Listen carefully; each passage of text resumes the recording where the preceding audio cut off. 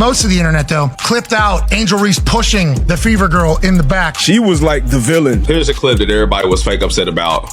That's not a bad foul. No, Caitlin Clark not finna fight, bro. It's turning they shit up, though. It's just some internet shit, bro. It's just bringing attention to these. Pat McAfee recently roasted Angel Reese after Caitlin Clark dominated the Chicago Sky. Caitlin Clark, they scored a layup, and then she pulls up from logo, from where the 22 is, basically. She fills up every arena. Caitlin Clark, 41 games played. It was very obvious whenever she was in college that she was different. It's drafted to the Fever, and what she has done for this city and for this team is unbelievable. Once again, from deep three-pointers to a triple-double, Clark put on a show while Reese tried and failed to portray herself as the victim. Angel Reese has a little bit of a push-off on an offensive board. Obviously, she's great at getting rebounds, incredible underneath. Caitlin Clark says, what the hell is that? Come on! Caitlin Clark says, what the hell is that, to the ref?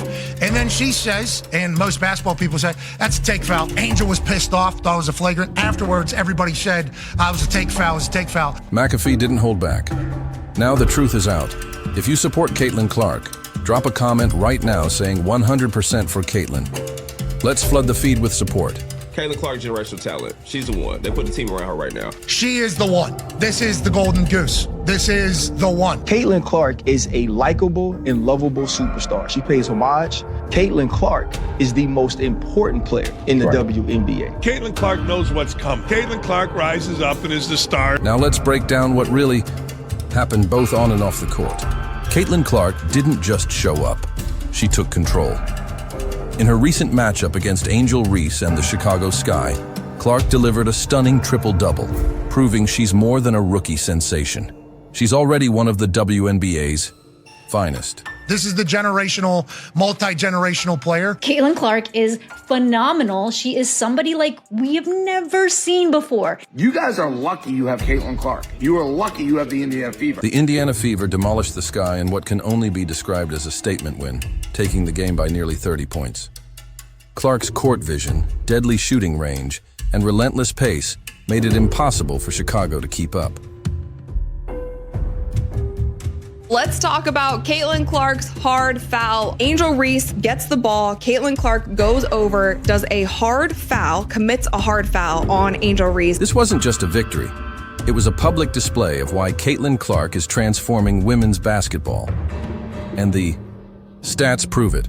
Clark is now tied for third in WNBA history for most triple-doubles. Already top 3 in triple-doubles in the history of the WNBA, too. Get the stats about her and her 20 points and 10 assist games and the triple-doubles and all that. Achieving that in under 50 games places her among elite company like Candace Parker and Alyssa Thomas, and she's only getting started. During the game, Clark recorded over 20 points, 10 assists, and 10 rebounds with ease. Her logo-range threes and lightning-fast no-look passes stunned fans and overwhelmed defenders. Watching Caitlin Clark play, electrifying. Yes. Absolutely. She will pull. She will pull that shit up. She is not, she will shake, sidestep, step back, not scared. And then she'll do no-look, like a no-look pass, full court passes. But this was more than just numbers. Caitlin Clark's influence resonated nationwide. The Fever vs. Sky showdown drew a record-breaking 2.5 million viewers on ESPN, peaking at 3.1 million, becoming the most watched WNBA game ever. That's not just hype, it's history. Every time she plays, she attracts millions, fills arenas, and elevates the league's status. She's great for the sport. She's great for the game. There's a lot of adult males who are fans and go into it, but you got a lot of little girls that are coming out watching their hero play, and she's selling out every arena. It's great for the sport. Yeah, she's the most popular women's athlete on the planet. Her style of play, coming shooting the deep threes, the passes that she has, like she's probably the best college scorer, men's or women's, when it comes to wire to wire as far as a career goes. Meanwhile, Angel Reese and the Sky had no answer. Reese finished with a quiet game, clearly frustrated as Clark commanded the Fever's offense like a seasoned pro, and so much for the so-called rivalry. And it's bad because everybody is using this for their own narrative. Like, you got a lot of fans that are definitely racist that use Caitlin Clark to hide the fact that they're racist. Caitlin Clark wasn't worried about any of that. She was focused on winning, and that's exactly what she did. This was a basketball beatdown broadcast nationwide, and Clark made sure everyone knew who the real star was. Pat McAfee didn't hold back. And why should he? The moment the dust settled after Clark torched the Chicago sky, McAfee grabbed the mic and broke down what really happened on the court, calling out Angel Reese and the media for trying to twist the narrative. Angel overreact. Yeah, probably it was a hard foul. It is what it is. They squashed it after the game. You moved on. But yeah, all the think pieces and everything after the first game. So where was this type of reaction last year when Angel Reese got chokeslammed by Alyssa Thomas of the Connecticut Sun? Y'all remember that? She got fouled so hard, they kicked Aaliyah Thomas out the game with a flagrant 2 foul. What did Angel Reese do? Nothing. She didn't get up and try to swing on her. You know why? The reaction was different because of who did it. And there is a lot of history there with Caitlin Clark and Angel Reese. Let's be honest. What we witnessed wasn't just a competitive game. It became a national headline. But McAfee wasn't going to let the truth get buried under clickbait and spin.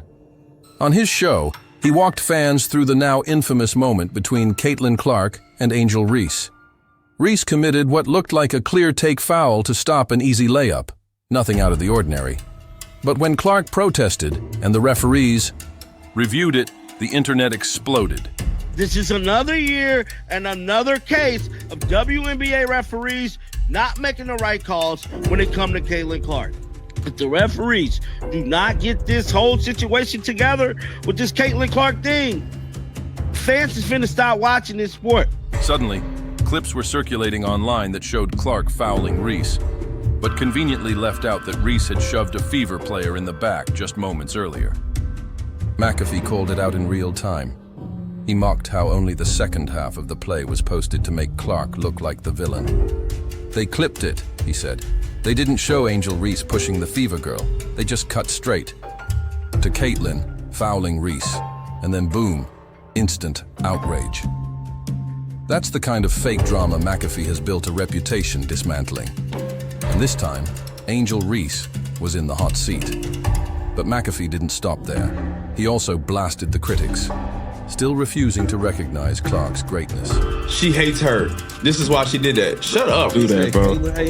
He said, like, she hates her. No, they don't hate each other. That's a basketball play. The media is doing that so much, it's really gonna make Angel be on that when she see her, bro. But it's turning their shit up, though. Caitlin Clark is already on track to be the greatest of all time.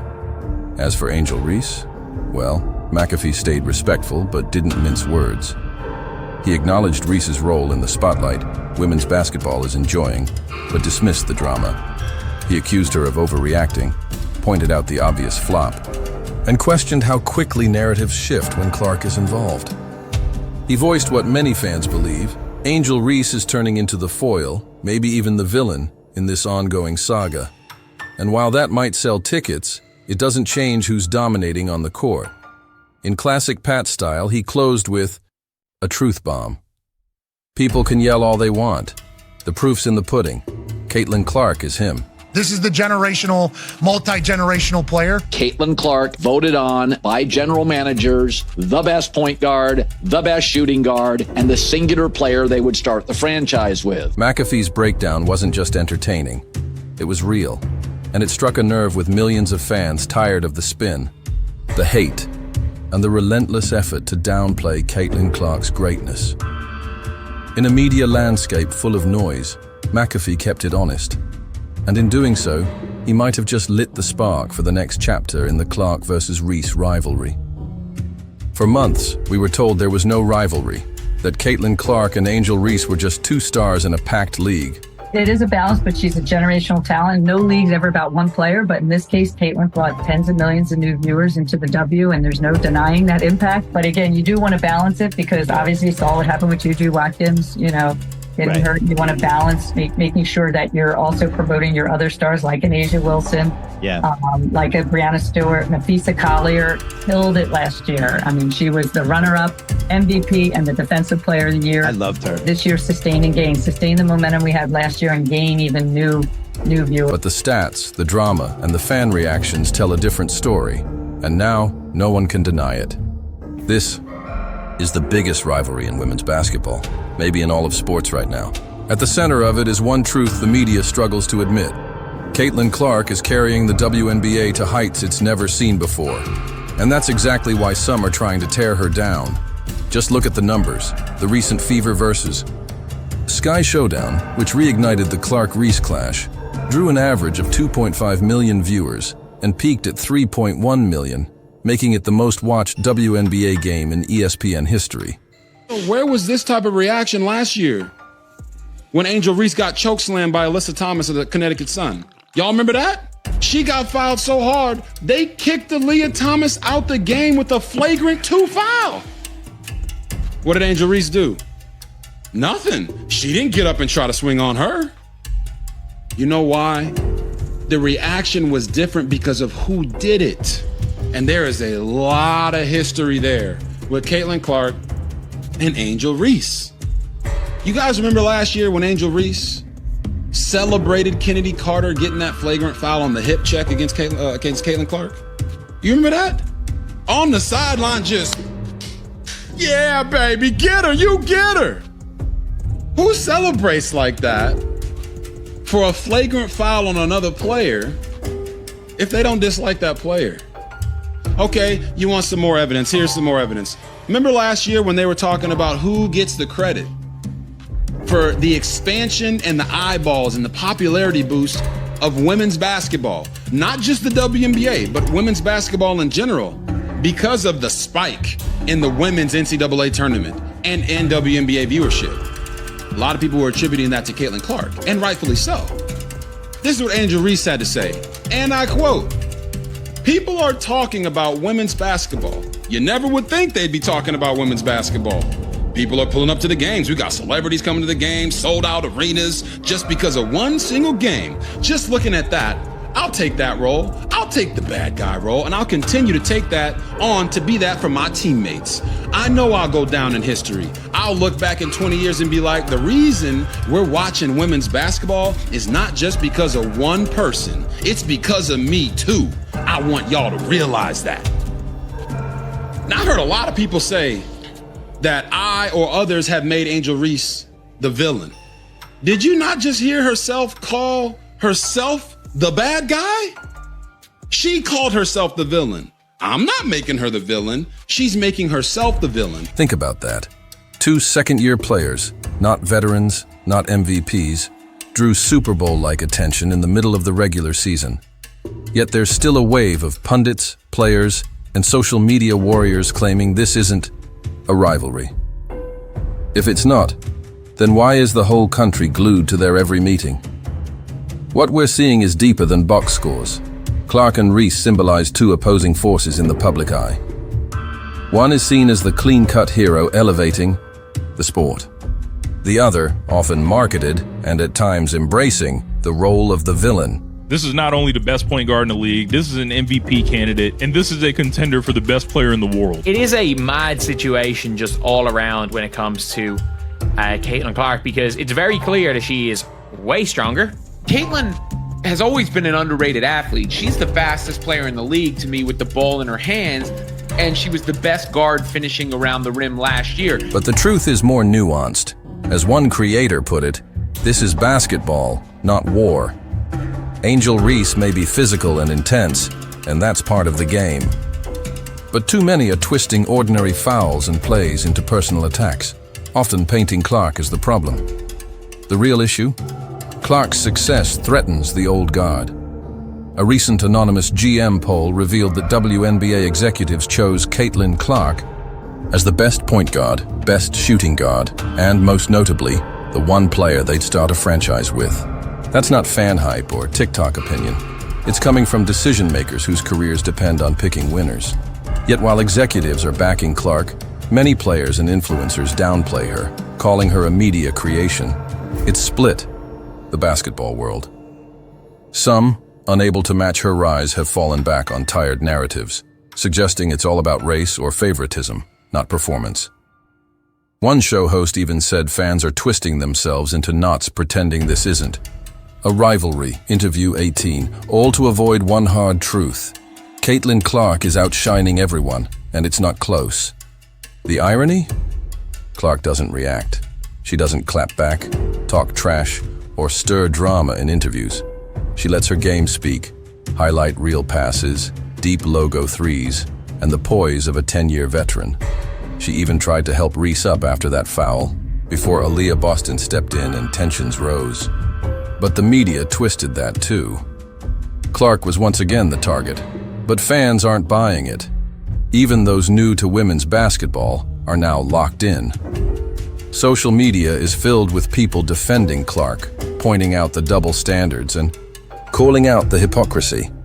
One podcast put it plainly: you can love both players, but if we're being honest, they're in different leagues. Angel is growing into a leader, but Caitlin is already a generational talent. Angel Reese is not one of the best players in the WNBA. I think we can all be honest with that. But Caitlin Clark is one of the best players in the WNBA. That's the reality, and no amount of spin can rewrite it.